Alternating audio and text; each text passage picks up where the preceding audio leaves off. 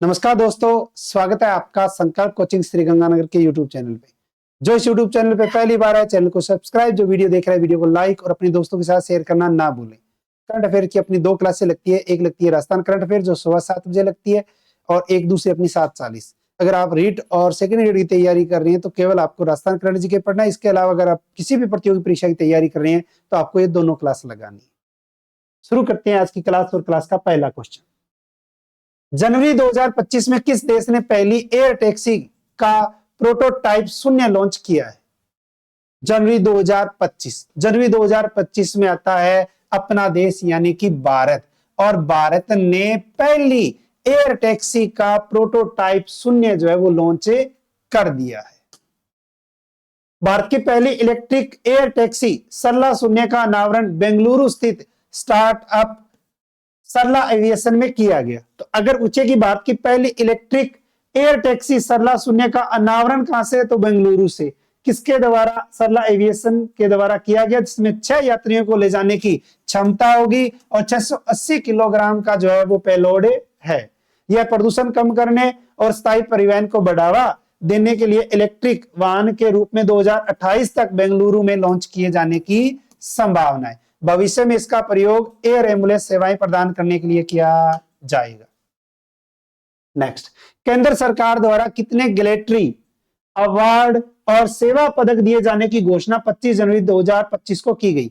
25 जनवरी 2025 को टोटल अगर संख्या देखें तो टोटल संख्या है 942 गैलेटरी अवार्ड और सेवा पदक दिए जाने की घोषणा जो है वो की गई है।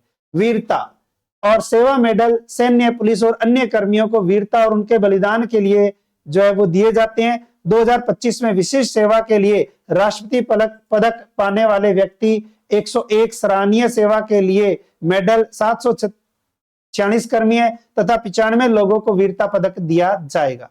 तो 2025 में विशिष्ट सेवा के लिए राष्ट्रपति पदक पाने वाले व्यक्ति 101, सराहनीय सेवा के लिए 746 और 95 लोगों को वीरता जो है वो पदक दिया जाएगा। टोटल संख्या है 942।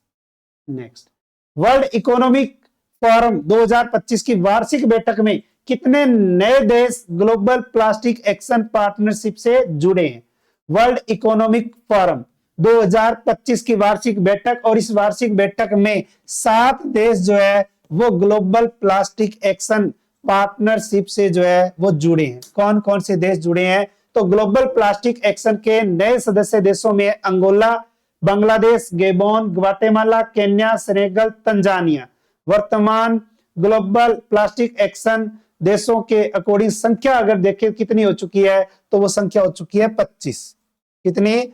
25। ये देश वैश्विक प्लास्टिक कचरे को कम करने, ड्यूरेबल मटेरियल को बढ़ावा देने और रिसाइकलिंग सिस्टम को मजबूत करने का काम करेंगे ताकि पृथ्वी को स्वच्छ और हरा भरा बनाया जा सके।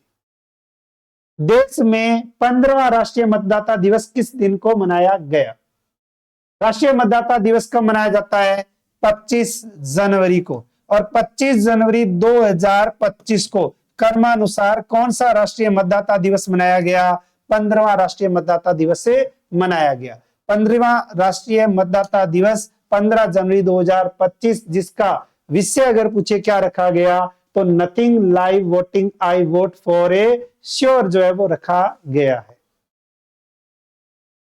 नेक्स्ट, प्रतिवर्ष किस राज्य द्वारा 25 जनवरी को अपना स्थापना दिवस मनाया जाता है?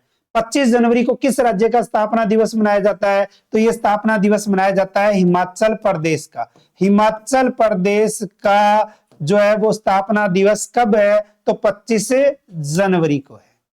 15 अप्रैल 1948 को 30 रियासतों के विलय से हिमाचल प्रदेश का गठन हुआ था। 26 जनवरी 1950 को हिमाचल प्रदेश भारतीय संविधान के भाग सी का राज्य बना था। कौन सा? भाग सी का राज्य बना था। और 1 जुलाई 1954 को बिलासपुर का विलय हिमाचल प्रदेश में हुआ। 18 दिसंबर 1970 को हिमाचल प्रदेश राज्य अधिनियम जो है वो संसद में पारित हुआ। और 25 जनवरी 1971 को हिमाचल प्रदेश भारत का कौन सा राज्य बना? तो 18वां राज्य बना। तो भारत का 18वां राज्य हिमाचल प्रदेश कब बना? 25 जनवरी 1971 को। और 25 जनवरी को किस राज्य का स्थापना दिवस है? हिमाचल प्रदेश का। Next, T20I cricketer of the year किस खिलाड़ी को चुना गया है? T20 cricketer of the year ये जो है वो चुना गया है अर्शदीप सिंह को। काफी चर्चा में है अर्शदीप सिंह, और अर्शदीप सिंह को जो है वो मिला है cricketer of the year award 2025 T20I का। भारत के लिए 2024 में सर्वाधिक विकेट लेने वाले अर्शदीप सिंह को आईसीसी पुरुष T20I cricket of the year चुना है। उनके साथ अमेलिया केर को आईसीसी महिला T20I cricketer of the year का खिताब दिया गया है। आईसीसी महिला T20I cricketer of the year का अवार्ड अमेलिया केर को और पुरुषों में अर्शदीप सिंह को। नेक्स्ट, हर वर्ष कौन सा दिन अंतरराष्ट्रीय शिक्षा दिवस के रूप में मनाया जाता है? अंतरराष्ट्रीय शिक्षा दिवस अगर पूछे कब मनाया जाता है तो यह मनाया जाता है 24 जनवरी को। और अगर पूछे कि राष्ट्रीय शिक्षा दिवस कब मनाया जाता है, राष्ट्रीय शिक्षा दिवस अगर पूछे कब मनाया जाता है तो यह मनाया जाता है प्रतिवर्ष 11 नवंबर को। प्रतिवर्ष 11 नवंबर को राष्ट्रीय, 24 नवंबर को अंतरराष्ट्रीय। संयुक्त राज्य महासभा शांति और विकास में शिक्षा की भूमिका को उजागर करने के लिए 24 जनवरी को अंतरराष्ट्रीय शिक्षा दिवस के रूप में मनाती है। 2025 का विषय एआई और शिक्षा स्वचालन की दुनिया में मानव एजेंसी का संरक्षण है, जो एआई और प्रौद्योगिकी को अपनाने में शिक्षा की भूमिका पर केंद्रित है।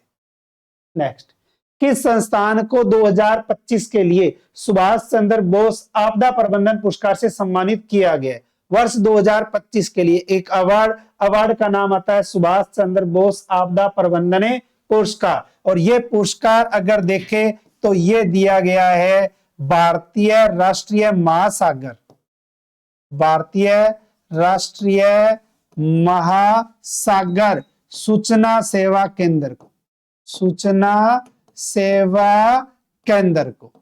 तो भारतीय राष्ट्रीय महासागर सूचना सेवा केंद्र, इसको मिला है 2025 का सुभाष चंद्र बोस आपदा प्रबंधन पुरस्कार।